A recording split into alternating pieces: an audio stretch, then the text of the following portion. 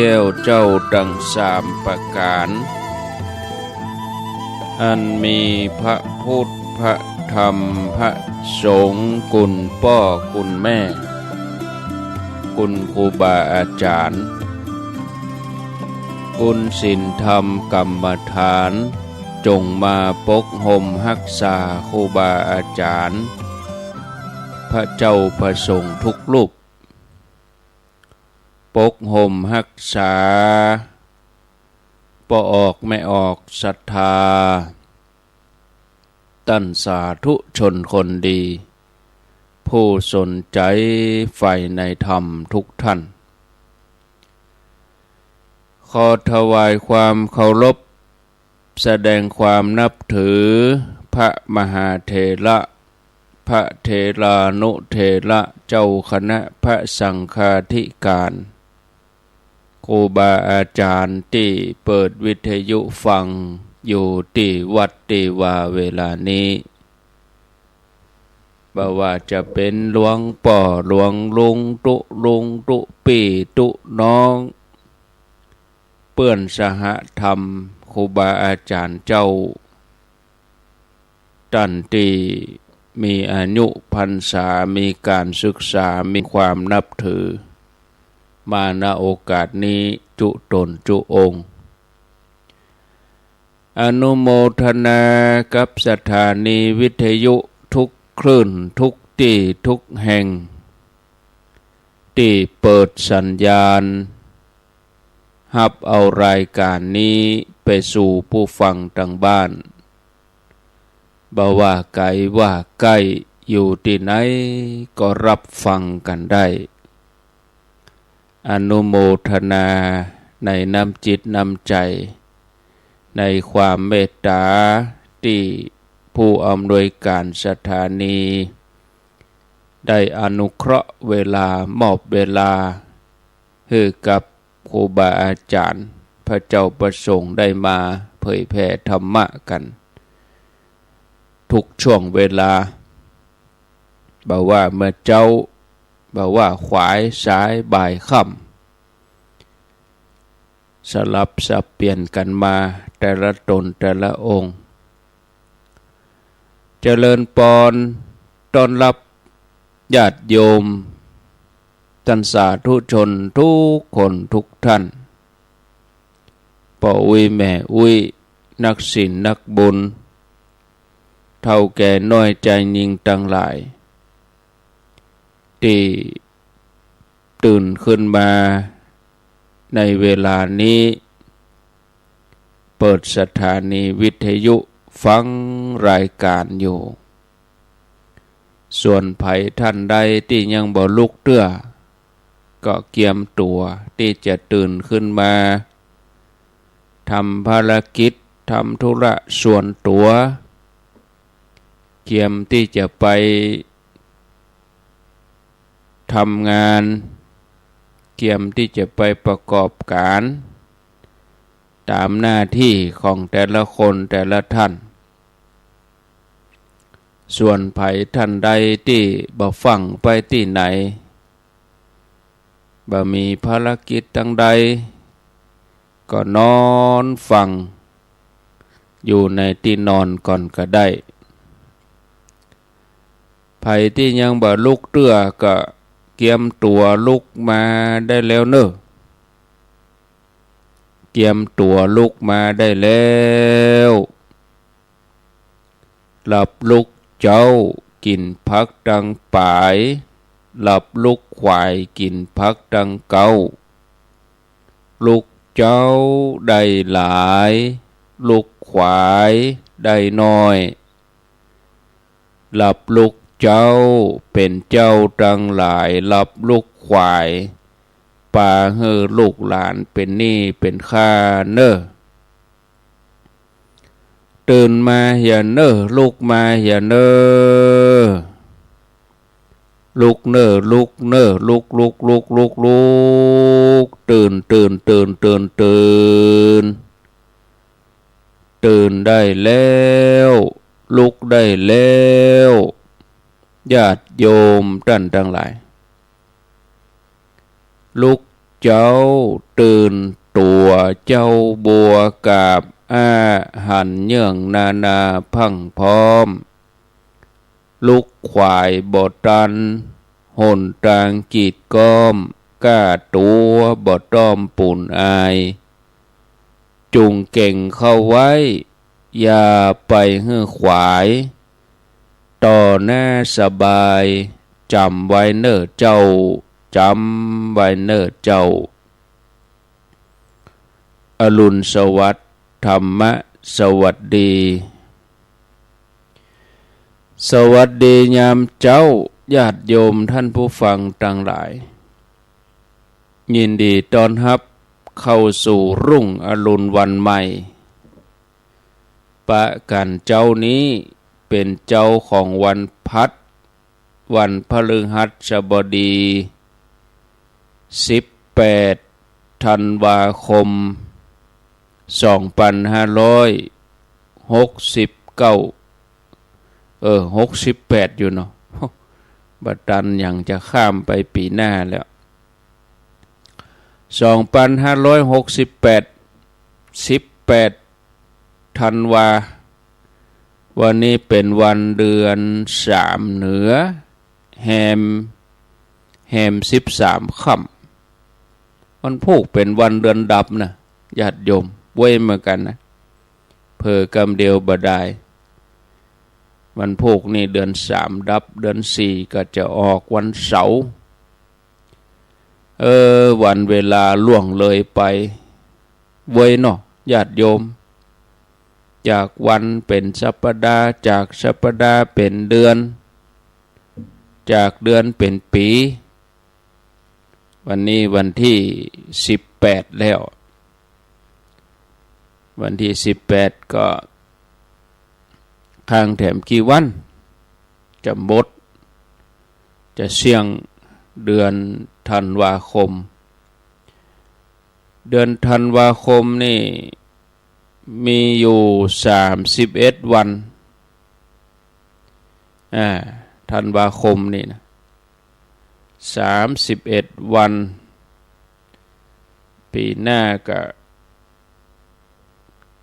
จะมาหาเฮาแหมบักกี่วันแล้ววันนี้วันที่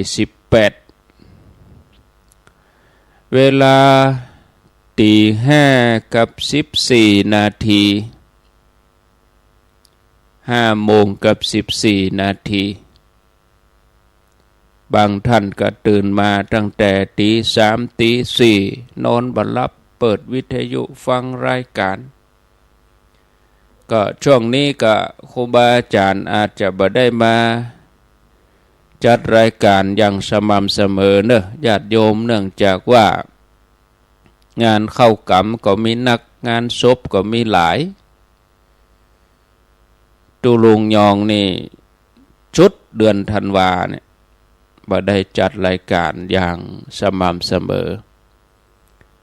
ญาติโยมเองก็บ่ต้องโทรหาเพิ่นนะบางทีเพิ่นกำลังทำหน้าที่เป็นโฆษกอยู่คนเฒ่าคนแก่ญาติโยมแฟนรายการบ่ได้ยินเสียงก็โทรไปก็เป็นการตัดบทตัดคำอู้เพิ่นกำลังทำหน้าที่เป็นโฆษกภาคสนามกำลังทำหน้าที่อยู่ที่กองอำนวยการญาติโยมโทรหาจำเป็นจะต้องได้รับสายก็ทำให้บรรยากาศในงานขาดตอนไปอย่าก็เป็นตีหู้กันถ้าบ่ได้ยินเสียงก็ให้มีคำตอบว่าเปิ้นมีงานเปิ้นไปงานเปิ้นเข้ากรรมเปิ้นมีงานอีกก็จบอาตมาจังได้ยินเวลาไปหับตุลุงเอารถไปหับบ่กองนั่งรถก็โทรตุลุงยังบ่จัดรายการตุลุงไปไหนอย่าก็ยังว่านะเนาะคนเฒ่าคนแก่เพิ่นเกิดได้ยินได้ฟัง16ถึง20ก็เปิ้นเข้ากรรมที่วัดเหล่าพงเสือ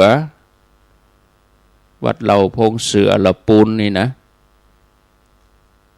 แล้วก็ 21ก็งานประชุมเพลิงมีพระในพื้นที่อำเภอได้หล่อมรณภาพ2 ต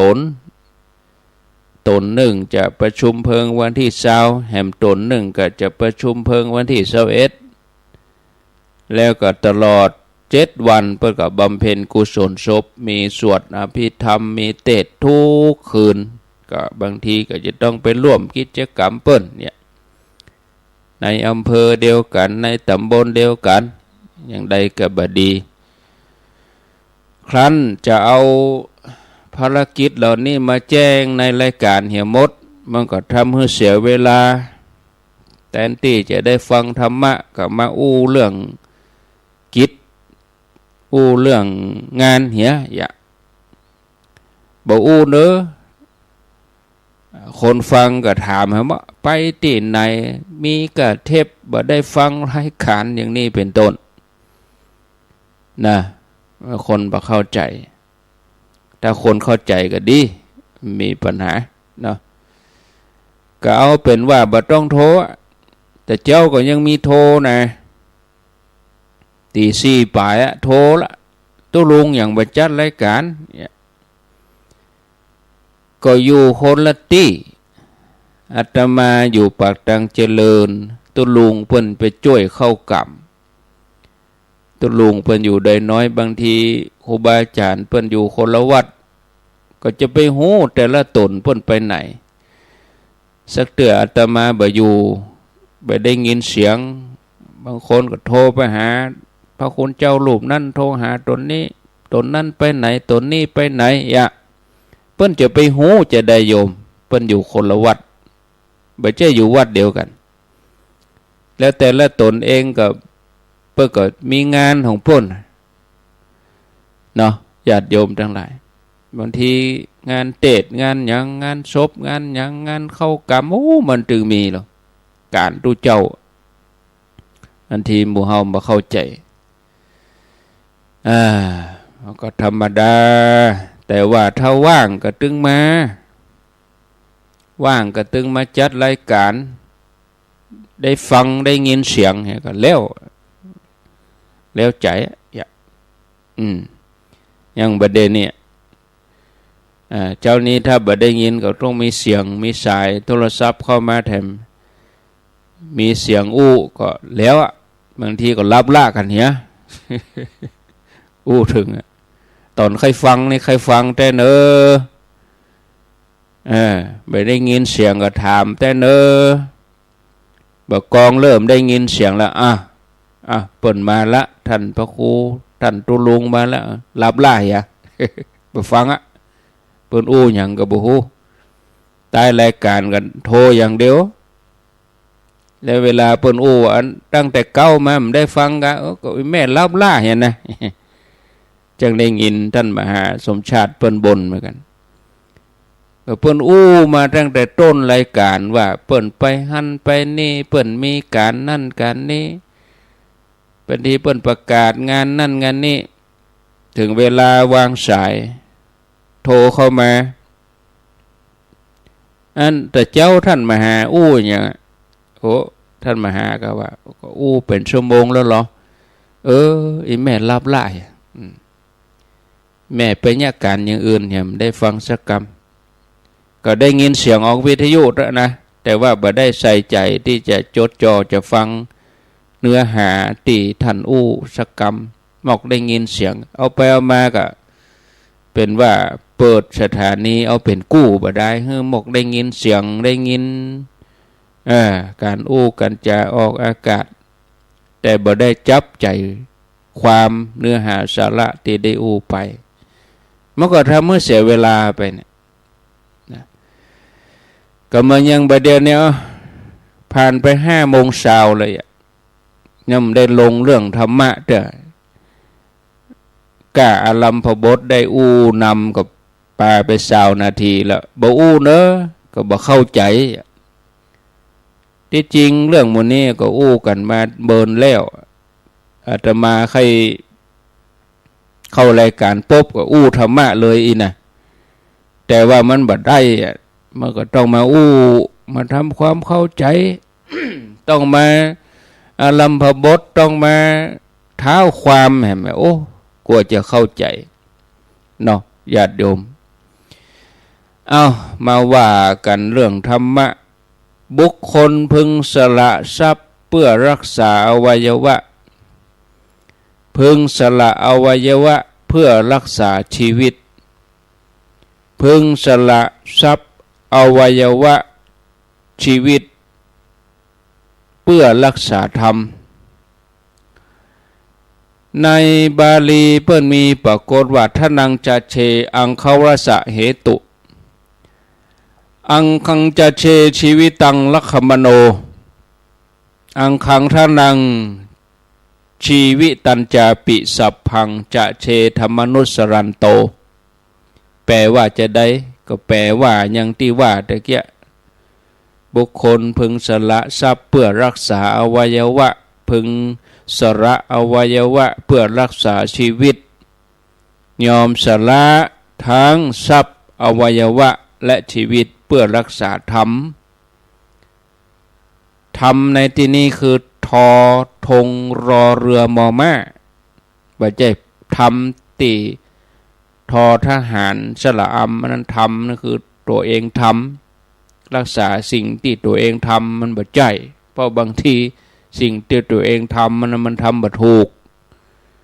ถ้ามันบ่ถูกจะไปรักษาเนี่ยหยังธรรมในที่นี้คือความถูกต้องการดำรงธรรมอยู่ได้ถึงแม้ต้องสละชีวิตนี้อยู่อย่างสามัญเหมือนว่าเป็นสิ่งที่ทำได้ยากแต่ข้อสำคัญในเมื่อใจเจริญขึ้นดีขึ้นพร้อมแล้วก็ย่อมเป็นเรื่องธรรมดาที่ไปได้แถมอย่างหนึ่งในชีวิตประจำวันตามเหตุการณ์ที่ปรากฏหันกันอยู่ถึงวันนี้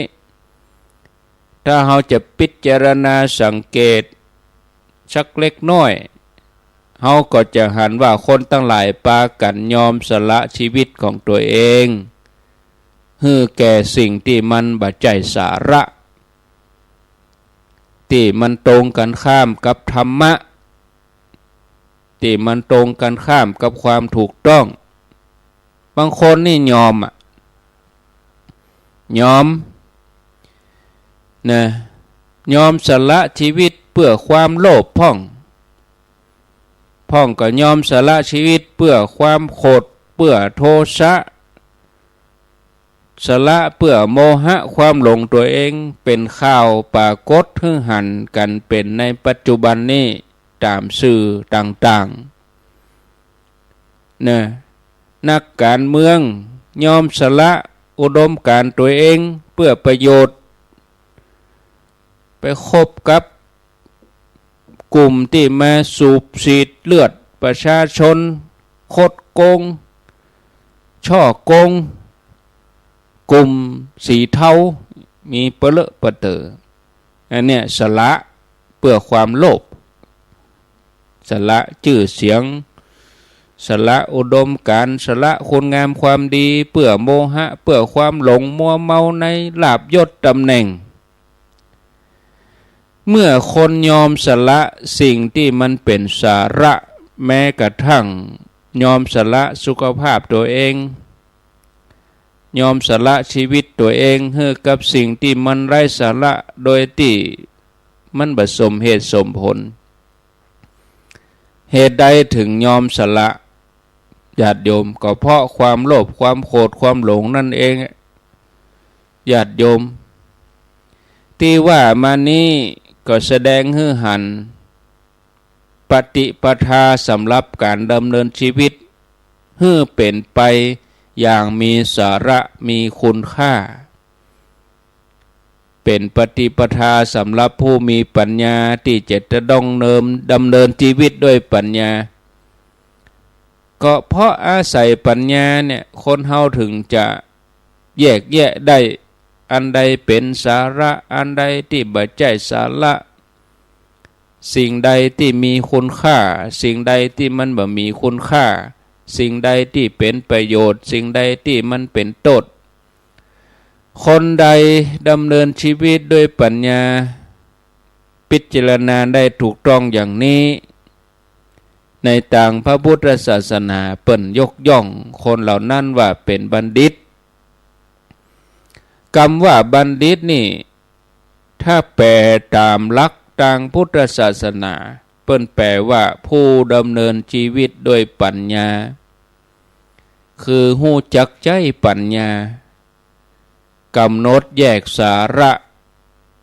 ไร้สาระประโยชน์ไร้ประโยชน์ผิดชอบชั่วดีถูกต้องบ่ถูกต้องเนี่ยแล้วก็ดำเนินชีวิตตัวเองให้พ้นจากสิ่งที่มันไร้สาระทั้งหลายญาติโยมพุทธศาสนานี่เปิ้นกำหนดความหมายของบัณฑิตคือวิธีการดำเนินชีวิตเริ่มตั้งแต่การใช้ความคิดตัดสินด้วยความประพฤติบ่ใช่ด้วยความรู้ความสามารถทางโลกบางทีก็ยังพอข่าวไปชิงแชมป์ระดับชาติแต่ก็ยังโกงอยู่ก็ยังโคตรโกงอยู่เปิ้นยับได้มาร้องไห้ฟูมฟายเป็นนักกีฬาระดับชาติปัญญาในตัวนี้บ่ใช่ปัญญาปริญญาทางโลกบางทีคนมีปริญญาเป็น5 ใบ 6 ใบก็ยังไปทุจริตอยู่ก็มีเป็นด็อกเตอร์เป็นนายพลเป็นยังกับติดคุกติดคอกไปนักหรอญาติโยมมันบ่ใช่บัณฑิตทางธรรมบัณฑิตปริญญานี่5 ปีในกี่หมื่นคนแต่จะเป็นคนดีกี่พันคนนอกนั่นกับแล้วแต่บุญแต่กรรมเนี่ยครับบ่ใช่ความรู้ความเชี่ยวชาญทางด้านวิชาการทางการศึกษานะแต่ความหมายของบัณฑิตที่เฮาเข้าใจปัจจุบันนี่คือคนเป็นบัณฑิตคือคนสำเร็จการศึกษาได้รับปริญญาอย่างใดอย่างหนึ่งแต่มันบ่ใช่ในหลักพุทธศาสนาถ้าเฮากำหนดตามหลักพุทธศาสนานี่เปิ้นถือว่าปริญญาตัวนี้นี่มันเป็นเครื่องมือทำมาหากินเท่านั้นเป็นตัวอำนวยความสะดวกเท่านั้นเนี่ยการได้รับความรู้ความชำนิชำนาญการได้ฝึกหัดการได้รับการอบรมต่างๆเนี่ยเพื่อดำเนินชีวิตในโลกนี้เท่านั้นญาติโยมเขาจะอู้สั้นๆว่าเป็นการทำตัวเองให้พร้อมในการดำเนินชีวิตตั้งแต่ห่ำเฮียนหนังสืออนุบาลประถมมัธยมเนี่ยแต่บางคนเพิ่นมีความรู้อย่างมากมายทำไมเพิ่นประสบความสำเร็จพ่อแม่ก็เขียนหนังสือบ่ได้บางทีอ่านบ่ออกก็บ่ได้ก็ทำไมเปิ้นให้ลูกสามารถมีความรู้ได้เนี่ยเพราะอาศัยการดำเนินชีวิตนี่ศรัทธาญาติโยมยังมีข้อสังเกตแถมอย่างหนึ่งในความเป็นบัณฑิตนี้ก็คือการปฏิบัติการดำเนินชีวิตนั่นให้เกิดประโยชน์ทั้งตนเองและผู้อื่นแก่โลกแก่สังคมบ่ใช่เป็นบัณฑิตแล้วทำประโยชน์แก่ตัวเองอย่างเดียวมาสนใจสังคมเอากับผลประโยชน์ตัวเองบ่ได้ใส่ใจสังคมอะไรอย่างอันนี้บัณฑิตอย่างนี้คือบัณฑิตหันแก่ตัวบ่ได้ใส่ใจงานส่วนรวมแก่โลกแก่สังคมอันนี้มันต้องประโยชน์ทั้งสองอย่างประโยชน์ตนเองก็ไม่บกพร่องประโยชน์สังคมก็รับผิดชอบนี่ญาติโยมทั้งหลาย ว่าโดยความหมายประโยชน์ที่ว่ามานี้มีสาระเป็นอย่างเดียวกันแต่ว่าขอบเขตมันกว้างขวางนักน้อยกว่ากันประโยชน์เกื้อกูลแก่ตนเองย่อมเป็นประโยชน์เกื้อกูลแก่ผู้อื่นแก่โลกโดยประโยชน์เกื้อกูลแก่ผู้อื่นแก่โลกก็เป็นประโยชน์เกื้อกูลแก่ตนเองโดยนะเพราะคำว่าประโยชน์ในที่นี้บ่ได้หมายถึงผลประโยชน์อย่างที่เข้าใจกันโดยสามัญโดยเฉพาะประโยชน์ส่วนตัวอันนี้หมายถึงความเจริญงอกงามความดีความมีคุณค่าความมีสาระของชีวิตทั้งหลายการบำเพ็ญตนเองก็คือการทำชีวิตของตัวเองให้เจริญงอกงามให้มีคุณค่าให้มีสาระนักขึ้นแล้วการทำชีวิตของตัวเองให้เจริญงอกงามมีค่าเป็นสาระก็คือการได้เสริมสร้างคุณธรรมต่างๆรวมถึงการบำเพ็ญประโยชน์แก่ผู้อื่นแก่โลก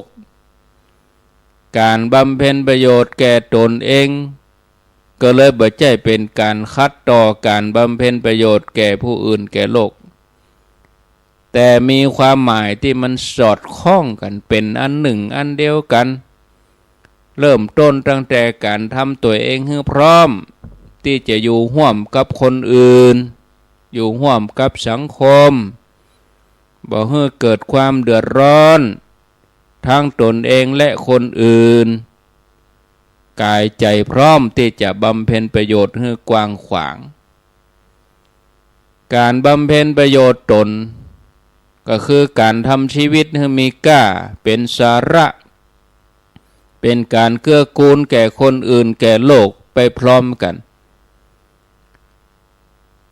พระองค์ทรงแสดงตัวอย่างไว้โดยที่สอนให้สร้างคุณธรรม5อย่างให้เกิดขึ้นในตัวเองคือศรัทธา1ศีล1สุตตะ1จาคะ1ปัญญา1คุณธรรมอัน5อย่างนี้ศรัทธาศีลสุตตะจาคะปัญญาศรัทธาได้แก่ความเชื่อความเลื่อมใสมีใจใฝ่นิยมคุณค่าพิจารณาหันว่าเป็นความดีงามที่ควรยึดถือสำหรับคนเฮาศรัทธานี่เป็นพื้นฐานขั้นแรกของใจที่จะบันดาลความประพฤติการปฏิบัติในขั้นต่อไปให้ตัวมาศรัทธาเป็นกำลังแห่งที่จะจักจูงคนให้ทำสิ่งต่างๆอย่างแข็งแรงศรัทธามีความสำคัญอย่างนี้ในทางพุทธศาสนาก็เลยสอนให้เฮาทั้งหลายปลูกศรัทธาขึ้นมาในตัวเองบำรุงศรัทธาในใจให้งอกงามด้วยการมีกิจกรรมโน่นนี่นั่นอย่างน้อยเฮาก็มีวันพระวันศีล ให้เฮาได้ปลูกศรัทธาตัวเองวันนี้13 ค่ำวันผูกวันศีลวันเดือนดับก็มีวันศีลวันพระเฮาได้ปลูกศรัทธาขึ้นมาในใจกิจกรรมที่นั่นที่นี่การกินทานทำบุญการปลูกศรัทธากิจกรรมปลูกศรัทธาอย่างวันนี้เพิ่นจะมีการตานเจดีย์ยกยอดชัดที่วัดดับภัยก็เป็นกิจกรรมที่ปลูกศรัทธาขึ้นมาให้เฮามีจิตเกิดศรัทธา มุ่งมั่นมุ่งหมายในการที่จะเอาความเชื่อมาพิจารณาด้วยเหตุด้วยผลสร้างเพื่อพระพุทธศาสนาบ่ใช่เรื่องงมงายตามปกติจิตใจของคนเฮานี่จะเชื่อถือผูกพันยึดมั่นสิ่งใดสิ่งหนึ่งลูกความเชื่อโดยมีเหตุมีผลศรัทธาที่ประกอบด้วยเหตุผลเนี่ยจะช่วยให้คนเฮาปลอดภัยจากการหลงผิด มีโอกาสถอดถอนตนพ้นจากความเชื่อที่ผิดดำเนินชีวิตไปในทางที่ถูกเกิดความเจริญงอกงามแก่ชีวิตจิตใจตัวเองอันที่สองศีลเมื่อ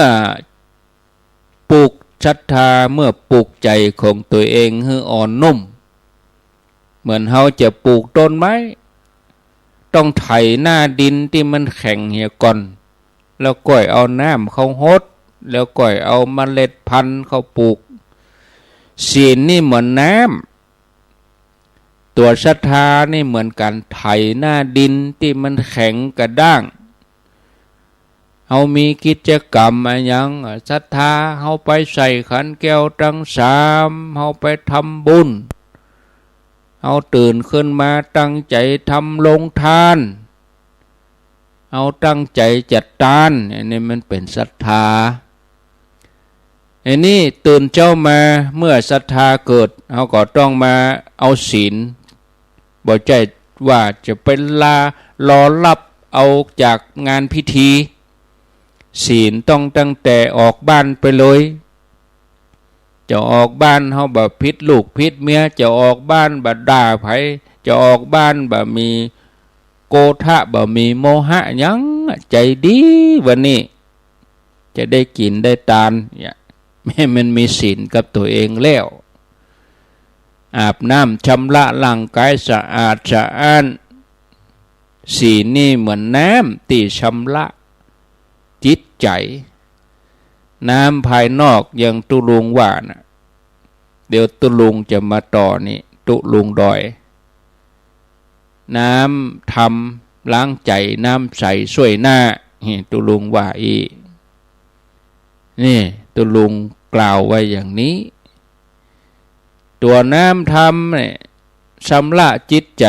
ศีลนี่คือความประพฤติสุจริตความราบรื่นกลมกลืนความประพฤติทางกายทางวาจาการบ่เบียดเบียนการบ่ก่อความเดือดร้อนการบ่ล่วงละเมิดที่ตกลงกำหนดโดยชอบต่อกันการอยู่ร่วมกันด้วยดีกับผู้อื่นในสังคม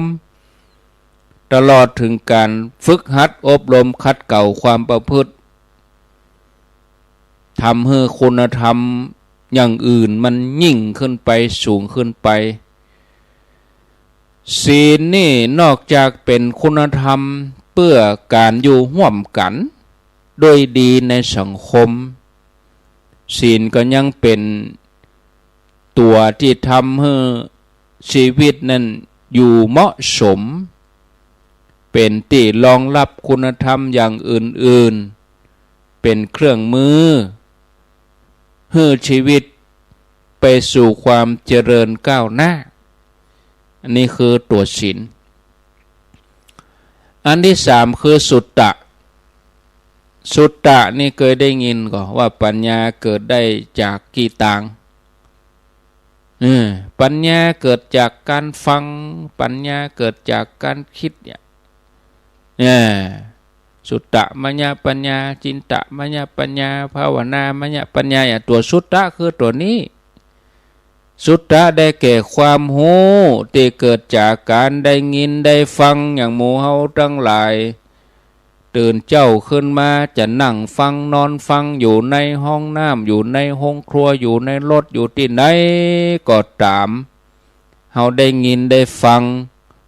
พระสงฆ์ครูบาอาจารย์เฮาได้ศึกษาเราเรียนการเรียนรู้เกิดจากการฟังตั้งแต่เฮาเป็นละอ่อนพ่อแม่ก็เฮาก็ฟังอันนี้ดีกินบ่ดีกินสอนสอนหยังก็มาจากการฟังทั้งนั้นเนี่ยความรู้นี่เป็นอุปกรณ์สำคัญในการดำรงชีวิตในการประกอบกิจทุกอย่างของมนุษย์เฮาเริ่มตั้งแต่การประกอบอาชีพเป็นต้นตลอดถึงการได้ช่วยเหลือตัวเองเกื้อกูลแก่คนอื่นอันที่สี่จาคะก็คือความสละ เสียสละแบ่งปันปล่อยได้วางได้เผื่อแผ่ได้จาคะนี่บ่ใช่ว่าสละอย่างเดียวนะเผื่อแผ่แบ่งปันปล่อยได้วางได้จาคะก็คนเมืองเขาก็จ้างมันเด้อบ่เป็นหยังจาคะก็คือจ้างมันอันเนี้ยปล่อยได้วางได้เสียสละเผื่อแผ่หมายถึงความมีจิตใจที่บ่คับแคบบ่สยบบ่ยึดติดสามารถวางใจเป็นอิสระเผื่อแผ่แบ่งปันคุณธรรมตัวนี้นี่สำคัญแต่นะสำคัญในหลายระดับเริ่มตั้งแต่การที่จะทำให้คนเฮาปฏิบัติตัวเองให้ถูกต้องต่อสิ่งอำนวยความสุขแก่ชีวิตตัวเองที่สร้างขึ้นมาคนเดียวสามารถใจสิ่งเหล่านั้นให้เกิดประโยชน์แก่ชีวิตได้ตามวัตถุประสงค์ของมันโดยที่บ่ปิกไปตกเป็นทาสของสิ่งต่างๆบ่เกิดความมกมุ่นมัวเมาสามารถเผื่อแผ่แบ่งปันช่วยเหลือคนอื่นอย่างที่มีจิตใจกว้างขวางปลอดโปร่งแล้วก็ช่วยกันกระจายความสุขให้แพร่หลายออกไป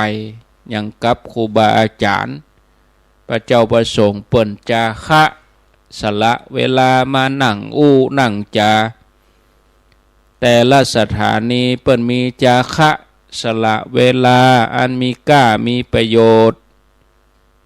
ชั่วโมงหนึ่งแทนที่เปิ่นจะเอาไปประกอบธุรกิจเอาไปกล้าไปขายให้สปอนเซอร์ให้ห้างร้านให้หยังมาเจ้าโฆษณาสินค้าเปิ่นก็มีจิตใจจาคะเพื่อแผ่สละเอาเวลานี้มาให้พระคุณเจ้าได้มาธรรมะได้มากล่าวธรรมะกระจายความสุขแผ่หลายออกไปหลายจังหวัดหลายตำบลหลายอำเภอแล้วอันที่5คือตัวปัญญาได้แก่ความรู้ความเข้าใจในสภาวะของสิ่งทั้งหลายแยกแยะได้ภาษาเปิ่นห้องว่าวินิจฉัยวินิจฉัยคืออย่างคือพิจารณาแยกแยะปัญญาระหว่างดีชั่วประโยชน์บ่เป็นประโยชน์ถูกกรรมถูกกะตัวปัญญานี่เป็นคุณธรรมที่กลั่นกรองบอกต่างคือคุณธรรมอย่างอื่นตึงหมดญาติโยมท่านทั้งหลายคุณธรรม5อย่างนี้เป็นสิ่งที่ทำให้ชีวิตเจริญงอกงามมีค่ามีสาระเสริมสร้างคุณธรรมหมู่นี้ให้เกิดขึ้นในตัวเองนักก็จะได้เป็นชื่อว่าผู้บำเพ็ญประโยชน์ตนแล้วก็พอหันได้ชัดว่าประโยชน์ตัวเองอย่างนี้เป็นสิ่งที่เกื้อกูลก่อเกิดประโยชน์แก่ผู้อื่นไปพร้อมกันยิ่งบำเพ็ญนักขึ้นนักเท่าใดก็สามารถขยายออกไปเป็นประโยชน์แก่ผู้อื่นนักเท่าอันบ่ได้ขัดแย้งกันคนที่บำเพ็ญประโยชน์ตัวเองอยู่อย่างนี้ย่อมประสบความสุขด้วยตนเองทำความสุขให้เกิดขึ้นกับคนอื่นด้วยอย่างเฮาตั้งหลายหันครูบาอาจารย์ตนนั้นตนนี้เฮาเกิดความสุขความม่วนใจเป็นที่ยึดเหนี่ยวจิตใจครูบาอาจารย์เปิ้นก็บำเพ็ญประโยชน์ของเปิ้นเปิ้นก็ทำให้ผู้อื่นได้มีความสุขไปโดยได้รับความสุขไปโดยในด้านจิตใจนี่มันบ่เหมือนทรัพย์สมบัติบ่เหมือนวัตถุต่างๆที่เป็นอามิตรทั้งนอกเฮาได้ว่าเป็นสิ่งที่มันให้ความสะดวกสบายเป็นเครื่องประกอบเสริมความสุขความสะดวกสบายต่างๆนั่นเนี่ย มันเป็นเครื่องอำนวยโอกาสสำหรับความสุขแต่ว่ามันบ่ใช่ตัวความสุขมันเป็นเครื่องมือบ่ได้นะแล้วก็บ่ใช่เครื่องวัดความสุขของคนได้เสมอไปบางคนมีแล้วตุกข์ก็มีหรอเนี่ยหันข่าวก็ญาติโยมคนมีแล้วตุกข์เนี่ยญาติโยมคนที่มีเหตุแห่งความสุขในภายในเนี่ยถ้าอาศัยความสะดวกสบายมาประกอบก็ได้เสวยความสุขมันเพียบพร้อมแต่บางคนนี่ดำรงชีวิตอยู่ท่ามกลางความสะดวกสบายสิ่งอำนวยความสะดวกก็บ่ใช่จะมีความสุขเสมอไปบางคนที่อยู่ในถิ่นห่างไกลมีความสุขยิ่งกว่าคนที่อยู่ในถิ่นเจริญก็มีคนที่อยู่ชนบทบ้านนอกบ้านนาเจ้ามามันดักหูเย็นใจแต่คนอยู่ในถิ่นเจริญเจ้ามากับกาดลีลดลาอดอัดว่าบางคนผู้มีศรัทธาก็ยอมสละประโยชน์ส่วนตนบำเพ็ญประโยชน์โดยความเหนื่อยความอดอยากความอดทนก็มีความสุขยิ่งกว่าคนที่อยู่ท่ามกลางจากการบำรุงบำเรอพระพุทธเจ้าตลอดจนถึงอรหันต์เจ้าทั้งหลายเปิ้นก็ยืนยันไว้ว่ามีความสุขยิ่งกว่าผู้ที่ดำรงอยู่ในอิสริยยศเนี่ยมีความสุขจากสิ่งอำนวยความสะดวกเพียบพร้อมปนเปอบอกว่าท่านใดๆนะอู้ได้ว่าคุณธรรม5อย่างนี้มีในบุคคลใดบุคคลนั้นก็มีจิตใจที่พร้อมที่จะได้รับความสุขคุณธรรมอย่างนี้มีในสังคมใดสังคมนั้นก็ย่อมเป็นสังคมที่พร้อมที่จะอำนวยความสุขแก่สมาชิกในสังคมประโยชน์ตนที่ถูกต้องอย่างแท้จริงก็เป็นไปเพื่อผู้อื่นโดยเป็นไปเพื่อตัวเองโดยก็ควรจะหาทางส่งเสริมกันคือมีจิตยินดีอาจหาญแกล้วกล้าในการบำเพ็ญประโยชน์เพื่อความสุขแก่ตนแก่ผู้อื่นแล้วที่ทุกคนจะมีส่วนได้รับร่วมกันเนี่ยญาติโยมเอาละบอกอู้มาก็พอเวลาก็นัก5:50แล้วจะอู้ไปเนอะก็เวลาจะล่วงล้ำไปนักมากมายเนี่ยก็ขอได้ยุติการได้บรรยายเต้าอีก่อนเหลือแหม10 นาทีวันนี้วันพัดวันพฤหัสบดีก็มีเวลาได้รายการน้อยก็จะเปิดโอกาสได้โทรจะโทรก็โทรนะโทรในเวลาที่เปิดโทรนี่แล้วแต่ว่านี่เป็นเทปตอนบ่ายเอาเทปเปิดก็คนเฒ่าก็สับสนโทรอยู่ติ๊กอาตมาก็อยู่ในงานบ่ได้รับสายบางทีก็กดวางก็ให้เฮาสังเกตเห็นหน่อยก็เพิ่นจะไปเฮาฟังเนื้อหามันก็บ่ใช่เวลาแล้วหรอกอาตมามันได้แจ้งวันที่แต่ว่านี่ถ้าคนฟังก็บ่ฮู้ขอได้โทรไว้ก่อนนะอย่าบ่ได้บ่ฮู้ว่าเป็นเทปบ่ฮู้ว่าเป็นอะไรหยังก็ตึงจะโทรเนี่ยได้เปิ้นจะโทร อันทีก็ไม่ได้อยู่ฮับเพราะมันเป็นเทปมันไม่ใช่เป็นจัดรายการสดเนาะถ้ารายการสดคืออย่างเนี้ยบอกเวลาบอกวันที่ชัดเจนเนี่ยแต่ถ้าเป็นเทปนี่เฮามาฟังเนื้อหาจวนกันไปตานหั่นตันนี่มันเมินแล้วลูกเนี่ยมันใจล้อเนี่ยมันก็ต้องสังเกตเห็นหน่อยมันก็ต้องมีอิคลิกใจกึดเห็นหน่อยแต่อย่างหนึ่งก็ยังแต่ว่าท่านพระครูสุเมธเปิ้นจะมานั่งสนทนามันแบบมีแล้วหรอ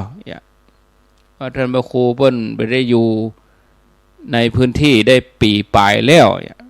เปิ้นจะมานั่งจัดรายการตะวาเนี่ยอย่างแถมเนี่ยเขาก็กึดอีเขาก็ได้แต่ว่าญาติโยมบางท่านเปิ้นก็จะได้บัดตันได้สังเกตก็เลยโทรติ๊กๆนะก็บ่เป็นยะเนาะผ่านไปแล้วเอาเนอะญาติโยมตั้งหลายวันนี้ไผว่างก็ขอเจริญพรกินข้าวตอนแล้วที่วัดดับไผ่อำเภอเมืองเชียงใหม่ญาติโยมอยู่ในหัวในเวียงอยู่ใกล้แม่แต่งแม่ริมสันทรายด้วยสะเก็ดหางดงญาติโยมอยู่ที่ไหนตั้งใดอยากไปร่วมก็ขอเจริญพรหมู่เมืองฝางเปิ้นออกมาแล้วได้ถึงเชียงดาวแล้วก็ประเดี๋ยวนี้ออกตี4ว่ะโคมาเจ้าเตะเจ้าว่ามันจะมาเลี้ยงลงทานด้วยก็เนาะก็ตามใจใครจะมาชั่วโมงใดเวลาใดพ่องก็มาเจ้าไปเอวก่อนแต่ถ้าเราไปดื้ออยู่หันเมินมันจะใกล้แต่ถ้าเราไปเอวที่หันที่นี่วัดใกล้เคียงก็มี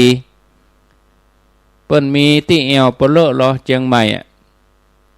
ใครจะลวดเมื่อคืนก็ได้งานดอกไม้ที่สวนอบจนี่ก็ว่าจะไปเอวที่ไหนคนเฒ่าเขาก็มีก็ไม่ไปทำบุญตรงนั้นนะเนาะ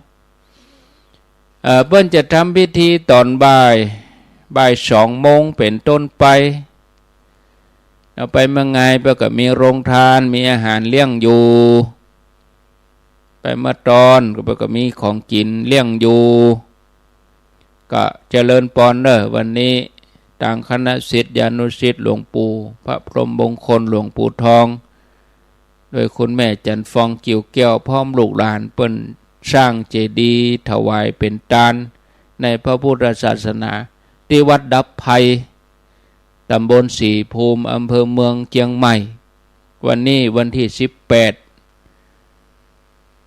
หมู่เฮาทั้งหลายก็ได้ไปวางศิลาฤกษ์แล้วหรอเดี๋ยวนี้เพิ่นจะตานแล้วก็มาร่วมตานเด้อได้ร่วมวางศิลาฤกษ์ได้ร่วมสร้างด้วยกันแล้ววันพุธแถมที่วัดศรีดอนตองตำบลอุโมงค์อำเภอเมืองจังหวัดลำพูนวันพุธวันศุกร์เป็นวันศีลพอดีเวลาเดียวกันบ่าย2 โมงเป็นต้นไป อันนั้นเพิ่นก็จะวางศิลาฤกษ์สร้างเจดีย์ที่วัดศรีดอนตองตำบลอุโมงค์อำเภอเมืองจังหวัดลำพูนแล้วก็งานต่างๆก็มีนักอยู่เนอะญาติโยมงานประชุมเพลิงศพพระคุณเจ้าที่เดินหล่อนี่ก็มี2 ศพวันที่เช้าหลวงพ่อสุขที่วัดบรรทัมห้วยน้ำขาวจะประชุมเพลิงในวันที่เช้าแล้วก็ที่วัดพระธาตุคงขาวนี่ประชุมเพลิงวันที่21 ธันวาคมเดือนนี้ติดกันนะเนาะแล้วก็ระหว่างนี้16 ถึง20เข้ากรรมที่เราพงเสือปีหน้าวันที่2 ถึงวันที่10 มกราเข้ากรรมที่วัดดอนน้อยตำบลแม่แรงอำเภอป่าซังจังหวัดลำพูนอาตมามีรายละเอียดเพียงเท่านี้เนาะรายละเอียดที่มีอยู่ในมือนี่นะแล้วก็งานพุทธาภิเษก ที่วัดพระสิงห์เดี๋ยวกันเนอะขอรายละเอียดก่อนวันที่20 ธันวาคมเวลา3 โมงพิธีเททองหล่อพระที่วัดพระสิงห์อำเภอเมืองเชียงใหม่พระสงฆ์80 รูปสวดมนต์ตันกับวันที่20เนอะญาติโยมโดยสมาคมศิษย์เก่าโรงเรียนธรรมราชศึกษาวัดพระสิงห์วันที่20 ธันวาอันนี้เบิกฝากเป่าประกาศประชาสัมพันธ์มานี่แถมกรรมงานปล่อยหลวงวัดป่าแดดตำบลตาผาอำเภอแม่แจ่มจังหวัดเชียงใหม่เปิ้นจะมีปล่อยหลวงวันที่7 ถึง 11 มกราคม 2569ที่วัดป่าแดดตาผาแม่แจ่มก็ประชาสัมพันธ์ไปเนาะแล้ววันที่4 มกราคมวางศิลาฤกษ์สร้างเจดีย์ที่วัดโสพนารามห้วยงูในอำเภอฝางวันที่4 มกราคมโอ้การงานก็นักก็ทีก็หลายเหมือนกันเนอะ28 ธันวานี่ใครจะไปอมก๋วยก็เจริญปอนไปแจกครัวแจกผ้าห่มไปทำกิจกรรมตอดผ้าป่าที่แม่ลองใต้อมก๋วยอาตมาคมได้ไปเนี่ยพอตารางและทียิบถึงสิ้นปีบุญเลยอันนี้ท่านพระครูกัลยาณประโมทเปิ้นจะไปใครจะร่วมบริจาคก็ขอเจริญปอนเนอร์ผ้าครัวกันอย่างกายก็เอาไปแจกจ่ายเครื่องกันหนาวของเล่นของกินของใจหลายอย่างก็เอาไปได้เอาไปตีบ้านบ่อนห้วยแก้วพูดเลยเนาะต่างได้ไปเอี่ยววัดเปิ้นธรรมละเฮตมาก็จะเป็นได้โขนไปปุ้นธรรมะก็บ่ไกลกันตอนไหนเอาไปไว้ปุ้นเลยสบายใจดีเอาไปปุ้นถึงตี้จากปางตังเจริญไปหม่อนห้วยแก้วก็บ่แจ้ไก่ตอนไหนก็ขอเจริญปอนเด้อวันที่28เพื่อจะเดินทางกันคงได้ออกเจ้าน้อยนะเดินทางไกลพอสมควรเอาแล้วก็จะเปิดสายคมตันละนี้ก็ทางเชียงไฮ้เพิ่นก็มีงานพระราชทานเพลิงศพวัดอย่างสีคำเวียงรายละเอียดก็มีในมือถือบุญเปิดตันแล้วกันเดี๋ยวถ้าเข้าปีหน้าก็มาอ่านเนาะเข้ารายละเอียดปีหน้าก็มาอ่านเอาปีนี้คือแล้วไปต่อไปก็ฟังตุลุงต่อฟังหลวงปู่พระครูปฏิภาณธรรมทินวันนี้ตุลุงก็จะมาเนอะเปิ้นพอมาตะวาละตุลุงนะเปิ้นมาดับภัยมาตะวาแล้วไอ้นอนแต่หมู่ในเวียงเนี่ยกะวันนี้ก็จะมาห่วมที่วัดดับภัยอยู่อาตมาขอลาศรัทธาไปก่อนว่าจะเปิดสายคงบัดตันแล้วข้างแหมนาทีเดียวจัดรายการมา1 ชั่วโมงพอดีขอนำรายการจากลาพ่อแม่ศรัทธาไปก่อนเด้อป้ากันทำไมโอกาสหน้าเผื่อกำเดียวกับวันศุกร์ทำแล้วมันผูกเว้ยเนาะปุ๊บปั๊บปุ๊บปั๊บเวลาก็หมดไปเสี่ยงไปป้ากันทำไมเนอะญาติโยมอายุวันโนสุขังปลัง